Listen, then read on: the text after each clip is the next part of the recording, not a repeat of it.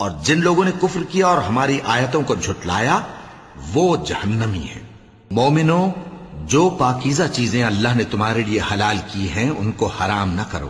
اور حد سے نہ بڑھو کہ اللہ حد سے بڑھنے والوں کو دوست نہیں رکھتا،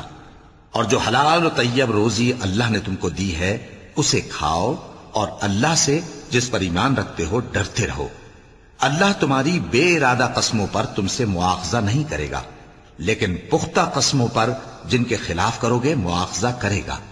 تو اس کا کفارہ 10 ناداروں کو اوسط درجے کا کھانا کھلانا ہے جو تم اپنے اہل و عیال کو کھلاتے ہو،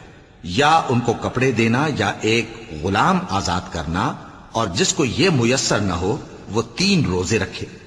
یہ تمہاری قسموں کا کفارہ ہے جب تم قسم کھا لو اور اسے توڑ دو، اور اپنی قسموں کی حفاظت کرو۔ اس طرح اللہ تمہارے سمجھانے کے لیے اپنی آیتیں کھول کھول کر بیان فرماتا ہے تاکہ تم شکر کرو۔ اے ایمان والو، شراب اور جوا اور بت اور پانسے یہ سب ناپاک کام اعمال شیطان سے ہیں، سو ان سے بچتے رہنا تاکہ تم کامیاب ہو جاؤ۔